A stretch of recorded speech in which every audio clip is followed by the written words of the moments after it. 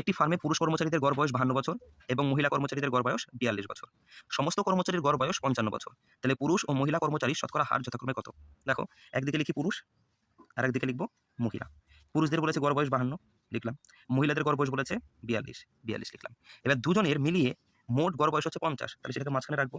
Allegation করলে কত হয়? 2, আর এটাকে কাটলে হয় 8। কাটাকাটি করলে দেখো 2 দিয়ে কাটলে 4 আর 1। তার মানে বলতে পারি 4 জন যদি পুরুষ থাকে, 1 জন মহিলা, তাহলে পুরুষ আর মহিলা মোট মিলে কত? 4 আর 1 5 জন। তাহলে 5 এর মানে যদি 100%, তাহলে 5 এর মান যদি 100% হয়, 1 এর মান কত? 20। 1 এর মান যদি 20 হয়, 4 এর মান কত? 4 20 80। 1 এর মান কত? 20। তার মানে কি পুরুষ 80% আর মহিলা 20%। অপশন 1 উত্তর। একটি ফার্মে পুরুষ কর্মচারীদের গড় বয়স 52 বছর এবং মহিলা কর্মচারীদের গড় বয়স 42 বছর। সমস্ত কর্মচারীর গড় বয়স 55 বছর। তাহলে পুরুষ ও মহিলা কর্মচারীর শতকরা হার যথাক্রমে কত? দেখো, একদিকে লিখি পুরুষ, আরেকদিকে লিখব মহিলা।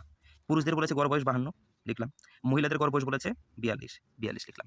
এবার দুজনের মিলিয়ে মোট গড় বয়স হচ্ছে 50, তাহলে সেটাকে মাঝখানে রাখবো। অ্যালিগেশন করলে কত হয়? 2, আর এটাকে কাটলে হয় 8। কাটাকাটি করলে দেখো 2 দিয়ে কাটলে 4 আর 1। তার মানে বলতে পারি 4 জন যদি পুরুষ থাকে, 1 জন মহিলা, তাহলে পুরুষ আর মহিলা মোট মিলে কত?